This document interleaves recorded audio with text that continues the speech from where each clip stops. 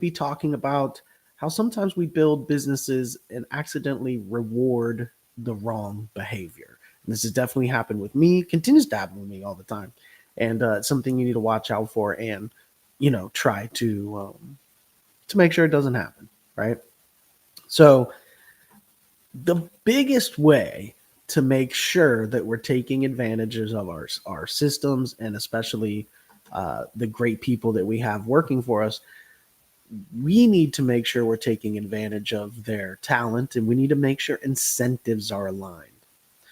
This is one of the biggest things that I learned in business, especially when dealing with people, with, employees, business partners, and things like that. We need to make sure that our incentives are aligned.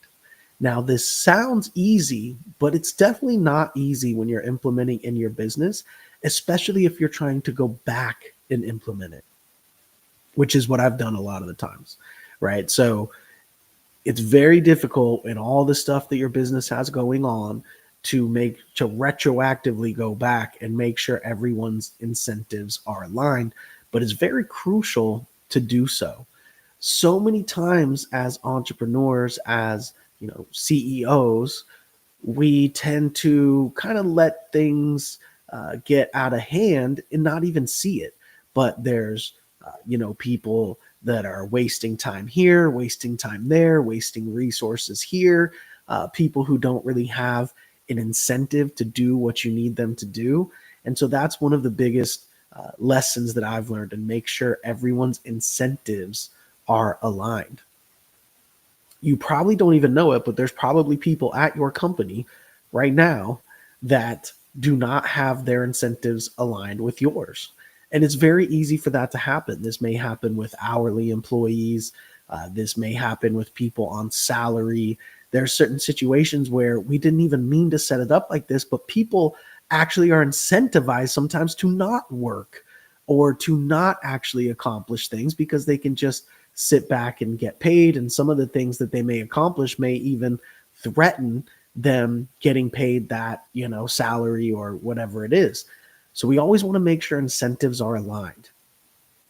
The biggest way to do that is typically when it comes to people, employees, is typically, bonuses of some kind.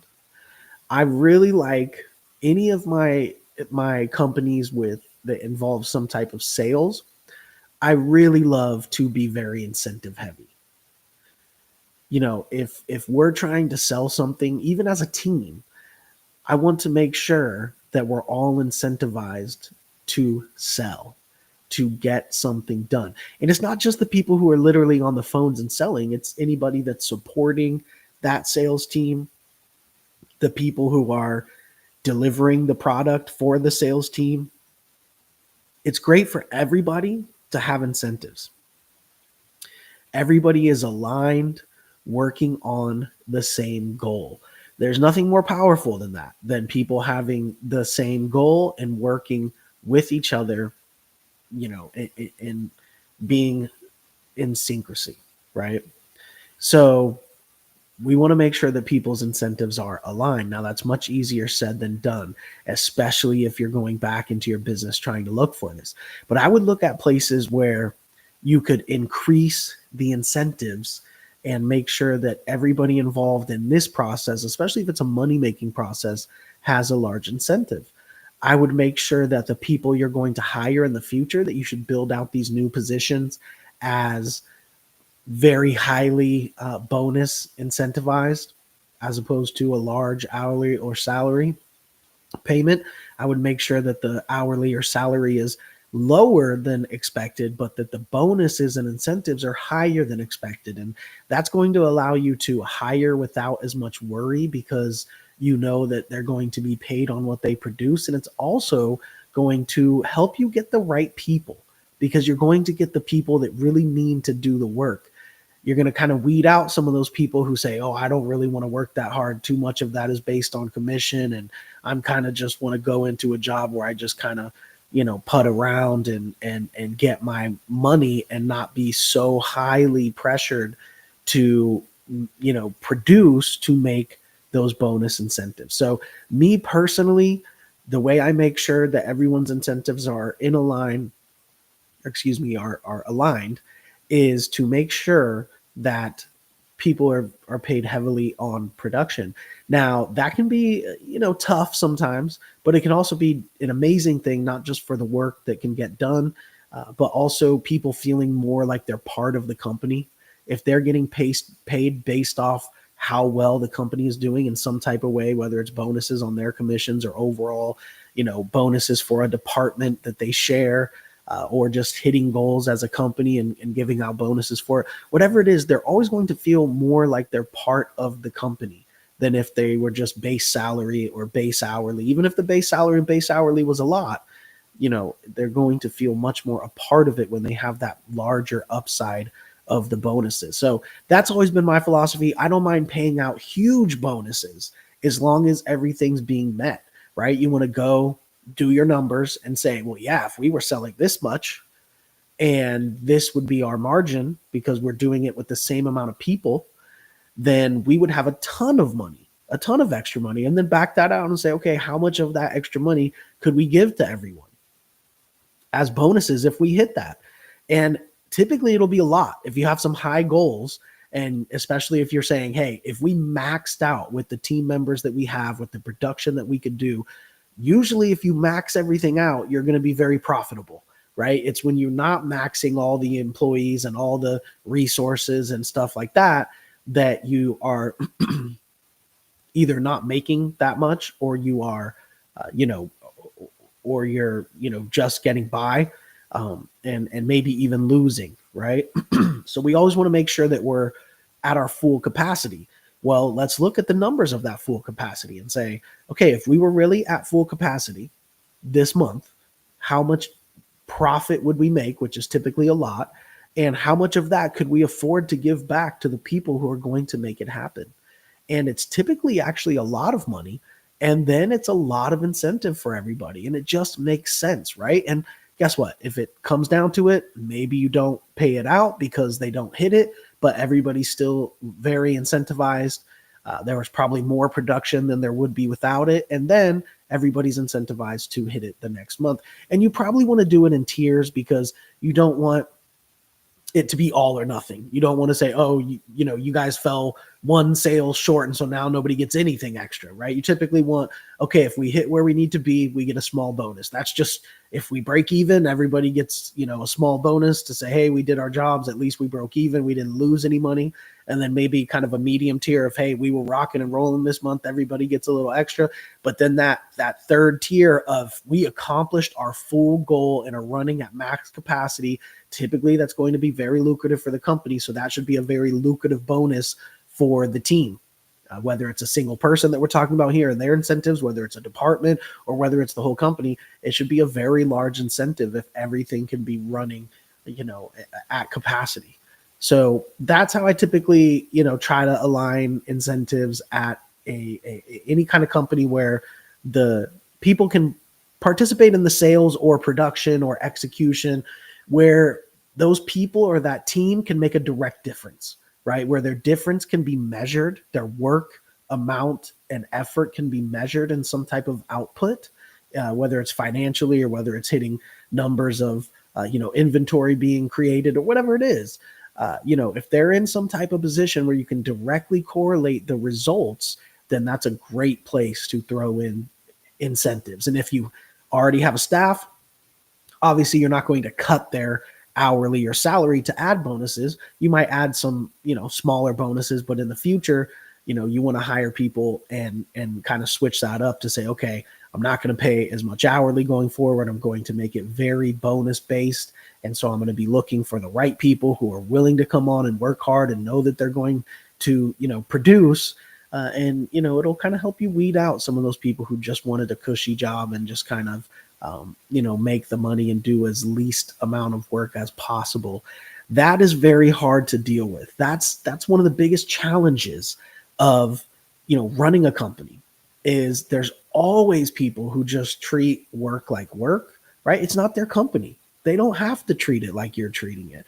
One of the biggest mistakes I think I made early on was assuming that everyone else would be as passionate about working for my company as me, when they're just there to get a paycheck. And that's okay. That's why they're there. You can't expect people that work for your company to be as dedicated as you are. You can't expect them to be even close as dedicated as you are. However, if you give them large incentives, you give them ways to feel like they're part of the company, you give them ways to feel like they do better when the company does better, then they'll buy into it a lot more. But at the end of the day, it's never going to be like you or your business partners.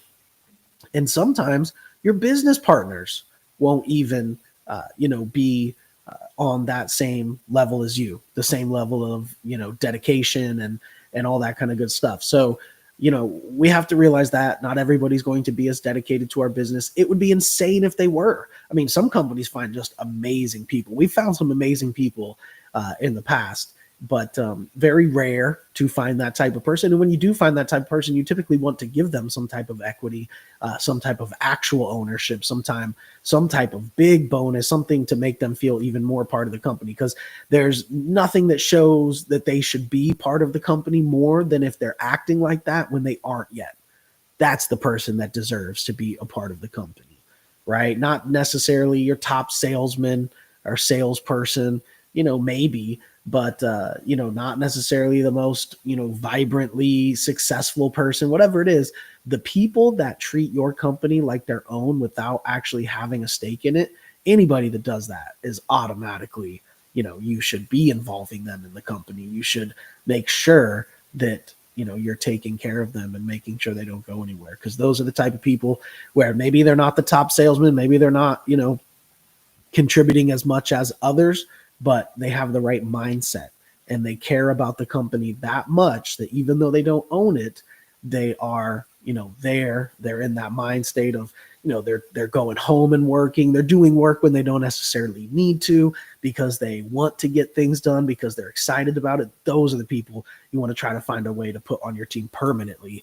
And usually the best way to do that is to give them some kind of equity so that their incentives are always aligned for life, right? And that they're always a part of it. So why are they going to ever go work somewhere else doing what they were doing when they own 1%, 2%, whatever it is? Doesn't have to be much, but that's same idea, stock options, right? For larger companies, but definitely as small business owners, medium-sized business owners, this is something that's pretty simple to do. Give a little bit of equity to the people who deserve it. And in my opinion, the people who deserve it are the people who act like it's their company even when it's not. And it's very rare, it's few and far between, and you can't expect anyone to.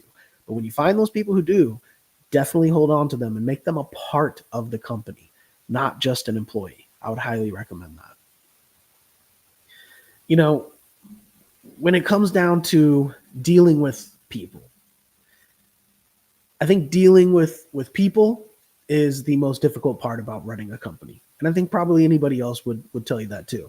No matter how great you are with people, no matter how great of a HR team you have and all that kind of good stuff, it's always going to be, the most difficult thing, because people are different and people are incentivized in different ways. And so just like we're talking about here, it's great to incentivize them with bonuses, but also some people are incentivized in different ways. Some people are incentivized by having more vacation days and things like that, or having a actual office. Maybe they've been working at a small desk or a cubicle, and they're doing great and they feel that they want to off. There's different ways to motivate people, and it's very difficult to find all those ways, but that would be your goal, right? You want to try to incentivize. Everyone can be incentivized by money, right? You still want to give, bonuses based on money, like I said, but there's also other ways to incentivize people on top of that as well. And that's just how it is dealing with people. Not everybody is going to respond to the same type of bonus, to the same type of incentive, to the same type of motivation. And some people, are going to be great. Some people are going to need some help and some retraining. And some people, typically, if your company is large enough, there's some people are just there to steal your, I guess I shouldn't say steal, but take your time and your money, right? Some people are always just going to be there to do the bare minimum and just take what they can before they have to move on to the next place until you are on to the fact that they're doing the bare minimum. And, usually those type of people, if you do some type of performance review, they get, typically upset and things like that. And then they'll eventually leave and, good riddance, right? Because those are the people that are draining your business. And if your company gets large enough and you have multiple people that are, the people just draining your business by doing the bare minimum and trying to stay under the radar so they don't get let go, that's usually what's draining most of your business. And some of these people are salaried employees, 30, 40, 50, 60, $100,000 a year. And just one or two of those people will kill your business, right? So we have to be, very careful of that. And again, it's going to help to align incentives when you're doing most of your compensation based on bonuses or, productivity, right? Because you're typically not going to get those people in the first place because they don't want to come on board. They want a cushy job where they can just take. So they're going to try to go get a little bit higher salary somewhere else that's not so performance based. But I would hold strong and know that if you keep that incentive, structure and keep doing interviews, trying to hire, eventually you'll find the right person that says, hey, I would rather take a little bit lower guaranteed pay and have this huge upside because I believe in myself and or believe in the company and the business model, and I'm going to get out there and make it happen. So, hopefully we can weed some of those people out if we have the right incentives and the right pay structure. Hopefully we can weed some of those people out that were just looking to kind of take advantage of the job and the pay and not produce much. So sometimes not only do we not have incentives aligned, but sometimes we actually, kind of reward the wrong things. Now, here's something that we're talking about where we're not talking about employees. Now we're talking about clients. And when we're talking about making sure that we're not rewarding the wrong things, keep in mind, don't reward clients who drain your time but pay very little. And this is very difficult. Just dealing with any clients and trying to save yourself from getting drained on your time is difficult for any business. I've struggled with this a lot in the past. It's very easy to get caught up in trying to please problem customers and spending so much time on it. Now, I'm not saying you don't help customers and you don't help problem customers. You want efficient ways to deal with it. You want structured ways to deal with it and put them through that process instead of manually spending all kinds of time going back and forth and stuff like that. You need a process that says if somebody's unhappy, this is what they do. This is what we can give them to make them happy again. And we put them through that process. And that way we're not running around, jumping through all kinds of hoops for one client. Sometimes we need to be firm.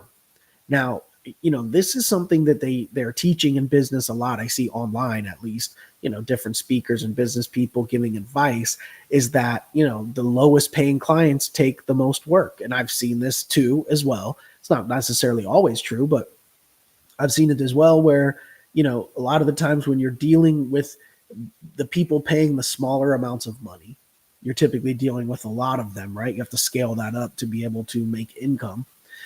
And essentially, a lot of the times, those are the people that have the most trouble. Those are the people that have the most questions. Those are the people that have the most issues. And so I get why people out there talk about, raise your prices and don't deal with the low income customers or low paying customers. Well, I don't think that's the solution. I don't think the solution is to just raise your prices and try not to deal with small price products or services. It's great to deal with small price product or services if you can scale it up efficiently. But in order to do that, you're going to need those processes of, okay, when the people are upset, this is what we do. This is the process we put them through. This is who handles it. Make sure it's efficient and also make sure you're giving something up. Just know, okay, when somebody has an issue, we're going to give them X, Y, Z. And maybe we're going to take not a loss, but we're not going to make profit on that one because we're going to give them back this or that or give them this extra to make them happy and just have that systemized. That will take off 90% of the issues when you have problems with clients or when they have a problem with the product or service. Now, some clients are just going to want to talk a lot and want to call back a lot and stuff like that. There's not as much as you can do there, but if they're calling because they're unhappy, things like that, or want a refund or whatever it is, put them through this process that you have made and make sure in that process that you're giving up something, so that automatically you know that this person, you're trying to help them, you've offered them something great. And then again, that'll cure 90% of it. And then the other 10%, maybe they don't want what you're trying to offer for free. Maybe that doesn't work for them. Maybe they're still upset. And then deal with those people on an individual basis. But don't deal with every single client who has questions that may be confused about the product or upset about the product or wants a refund about the product. Have those systems in place. And again, make sure you're willing to take a loss. Don't have those systems in place and just send them the runaround to complain to somebody and not actually give them anything. Have those systems in place. Hey, if somebody's upset, we could always offer this to them for free. If somebody's upset, we could comp them 1 month, their next month for free. Whatever the situation is, make sure you have that in place. It'll make everything so much easier to deal with, clients like that. And just dealing with clients in general. Having systems set up is key in general to make sure that you're taking care of clients and making sure you're taking care of your staff, because the same thing with the staff. If somebody has a, review, whatever the situation is, we want to have a system for all this and make sure that we're treating everybody fairly, and also make sure that we know, what's going on here. So let's go ahead and get into questions here. Remember, you can always send in your questions to @KyleHiersche or @FoundingWithoutFunding on social media. I got some questions here that people already sent in. You can also ask questions live. We do stream this live on all the different platforms. Now, remember, you can go to foundingwithoutfunding.com to get the book. If you're looking to start or grow your business yourself, you can do that without investors. Just go to foundingwithoutfunding.com, get the book, get the course, and it will lay all of it out for you and help you do it. Now, we also have a business that will do this for you. So if you need somebody to start your business for you, help you grow it, set up your website, your logo, manage your social media, all that kind of good stuff, we can do that for you. Our team can set that up for you if you go to yourdigitalbusinesspartner.com. So go to yourdigitalbusinesspartner.com if you would like help to have our team set everything up for you, everything from filing your LLCs to your logo, your website, your sales funnels, and social media management and ads and all that kind of good stuff. So if you want us to help start your business and grow your business, go to yourdigitalbusinesspartner.com and our team can do that for you. So with that being said, let's go ahead and get into the questions here. So there's a question from Quinn. What's an incentive you set up early that completely backfired? An incentive that I set up early that completely backfired. I don't think they did backfire. I think most of the incentives that I've set up were great. Maybe some of them could have been better, but typically, you're setting up some kind of sales incentives and usually they work. I remember back when we had about 12 employees at one of my first companies. And I think like 6 or 7 of them were salespeople. And it was mostly just hitting the phones and doing sales. And what we started to do was a sales contest, and whoever got the most sales, it wasn't money that we did, but we did something really fun. We'd get a TV or a PlayStation or whatever it is, and we'd put it in the office that month. So it would be sitting there in the office that month when people walk in to look at. We're talking about a gigantic TV or a, $500 PlayStation or whatever it is. And, we would talk to them and see what kind of things they would like to see for it. So it's not just random. It had some input that most people would want that. And so that was really fun. Some people would rather have cash. I understand that. But those are really fun. They kind of make a scene about it. And I think that those worked very well. And even if they didn't necessarily make people sell more, they made people feel more a part of the company. It made the company seem more fun. You sit everybody down at the end of the month and do a big reveal of who won it, and people are excited and clapping for the person and all that kind of stuff. So it creates a lot of other energy in addition to just somebody being happy and somebody being incentivized to make more sales because they got a cool prize. It incentivizes everybody else. It makes people feel like more a part of the company. It makes them feel like the company is fun. And, it just creates a great atmosphere. And so I would definitely recommend things like that, especially if you have a sales team. I mean, there should be so many incentives for your sales team. There should be, weekly bonuses of when they hit their individual goals, and then maybe a whole team bonus when they hit the team goals. And then something like at the end of the month, now whoever did the most gets this cool prize or whatever. I mean, you can't have enough incentives when you're talking about a sales team, in my opinion. I think that sales teams are always great to have high incentives. Okay, question here from Amelia. How do you realize you're rewarding the wrong behavior when it feels normal? So I guess this is kind of more so towards making sure that, employees and partners are, doing their best and have their incentives aligned with the company.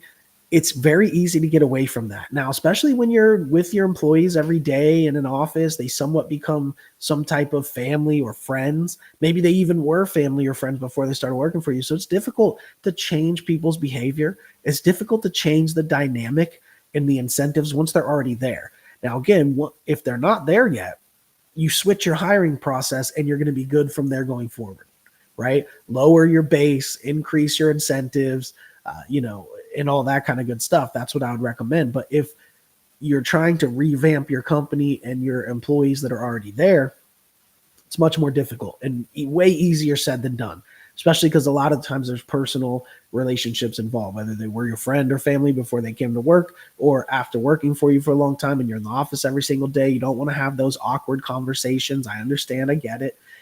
That's why it's so difficult. So I guess to answer your question, it never feels normal. It's always difficult to have those conversations with people and say, hey, I want to make sure our incentives are aligned a little bit more. I want to try to, make it more about bonuses, or just having a review saying, hey, we need a little bit more production. It, seems like you're kind of just collecting your salary and doing the bare minimum, but we need to make more, whatever it is. So it's very difficult to do that after the fact, though. I definitely understand that. Okay, question here from Victor. Have you ever paid people in a way that caused more problems than it solved? I'm not sure. I think paying people commission only is tough, but some businesses, that's just what it is, right? Being a loan officer, being a realtor, these are commission only positions typically, right? So, those are difficult to deal with more so than other positions. It's always easier with a base pay, right? People feel more comfortable. It's an easier journey to take. But the thing is, when it's commission only, people get a little, a little antsy. Sometimes you have some kind of friction there of them, thinking they were going to make a sale by then, but they haven't. And so they're trying to figure out why not. And sometimes maybe blaming the company or blaming your guidance or blaming your leads or whatever it is. Sometimes it's difficult, right? Because people, maybe expecting a check, maybe really needing a check very badly. Because it is a commission-only position. So it's a lot less friction if they have some type of base pay. So I would say, a good thing would be some type of base pay plus, commission. But again, industries like being a loan officer, being a realtor, these type of things, they're commission only. But that definitely poses a problem that you have to try to deal with. And of course, your number one job is try to help them actually make sales as soon as possible.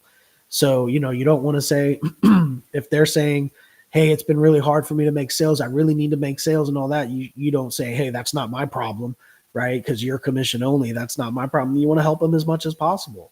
You don't want to lose a person. Any person you hire, you want to keep them being a salesperson, especially somebody who's willing to be hired for a sales position. It's very difficult to find people who are willing to actually be in some type of sales position.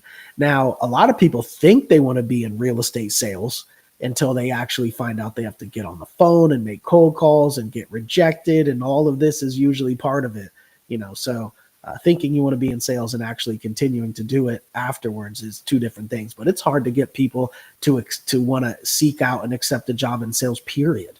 And then once you do, it's going to be a long road from there. So you want to try to help people as much as possible. It's not going to be easy to go out there and hire a bunch more people that are willing to try sales.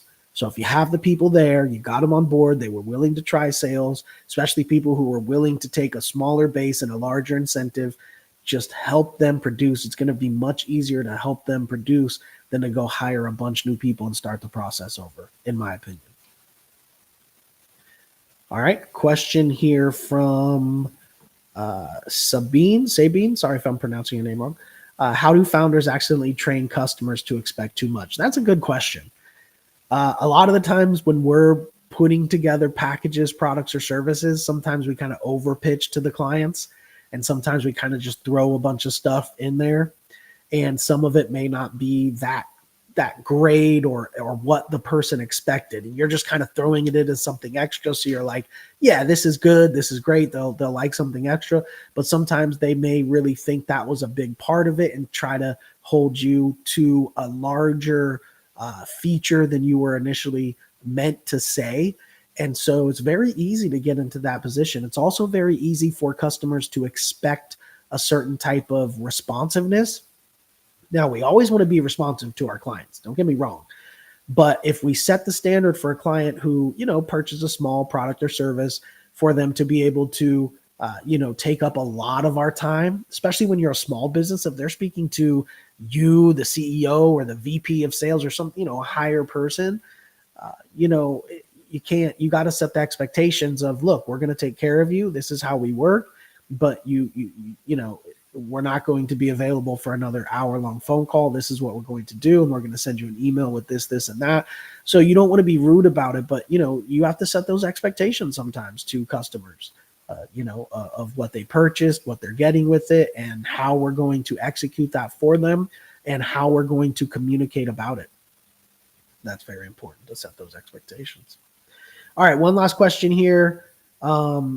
Rory is asking, what's the hardest incentive to change once it's in place? I mean, sales incentives are the hardest to change. Any bonuses are the hardest to change once they're in place. Really, I would say that the pay that you want to do, it's the hardest thing to change. If you say, hey, from now on, we can't pay this high of a base. We have to pay less of a base and more of a commission. That's always the hardest conversation to have. Sometimes it's not even possible when you've been in business for a while and your employees would revolt or quit, whatever it is. And so sometimes it's not even possible to pull it off, but that is the hardest thing to pull off. If you can do it, is go, hey guys, we're not making enough sales. We're not going to be able to survive.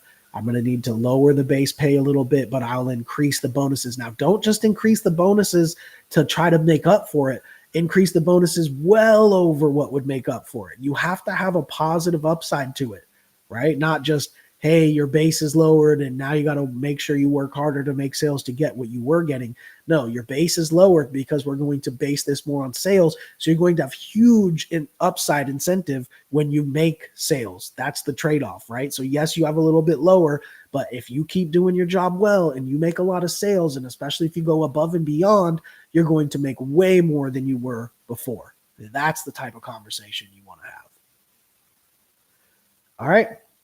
Thank you, everybody, tuning in. We'll go ahead and wrap it up, and we will catch you